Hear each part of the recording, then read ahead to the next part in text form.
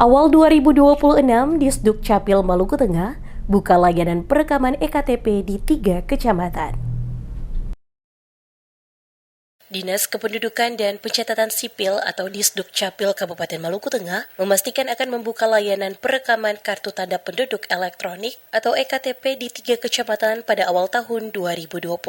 Kebijakan ini dilakukan guna mempercepat perekaman EKTP bagi warga yang hingga kini belum melakukan perekaman data kependudukan. Kepala Dinas Kependudukan dan Pencatatan Sipil Maluku Tengah, Siti Soemena, mengatakan awalnya pihaknya merencanakan layanan perekaman EKTP di 6 lokasi. Namun, setelah disesuaikan dengan ketersediaan peralatan, maka pelaksanaan pada awal tahun 2026 hanya dapat dilakukan di 3 kecamatan. Adapun 3 kecamatan yang menjadi lokasi pelayanan tersebut, yakni Kecamatan Tehoru, Kecamatan Banda, dan Kecamatan Seram Utara Timur. Selain perekaman dan pencetakan EKTP, Disduk Capil juga melayani pengurusan administrasi kependudukan lainnya, seperti kartu keluarga dan akta kelahiran. Ia menegaskan, Disduk Capil Maluku Tengah akan berupaya semaksimal mungkin memberikan pelayanan kepada masyarakat agar persoalan data kependudukan di daerah tersebut dapat diselesaikan dengan baik. Masyarakat diharapkan dapat memanfaatkan kesempatan ini untuk mengurus administrasi kependudukan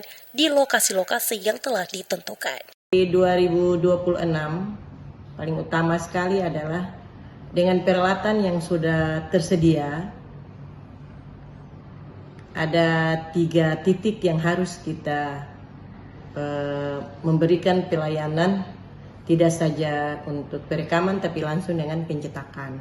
Jadi itu target kita, pencetakan di 3 titik ini harus jalan di 2026. Iya, ini 3 titik ini di mana-mana aja untuk rencana awal. Sesungguhnya rencana awal itu ada 6, kemudian turun lagi ke 4, dan terakhir yang sudah realisasi peralatannya sudah ada itu di Kecamatan Tehoru, Kecamatan Banda, dan Kecamatan Seram Utara Raya, yang kita nanti titiknya di Kecamatan Seram Utara Timur Kobi.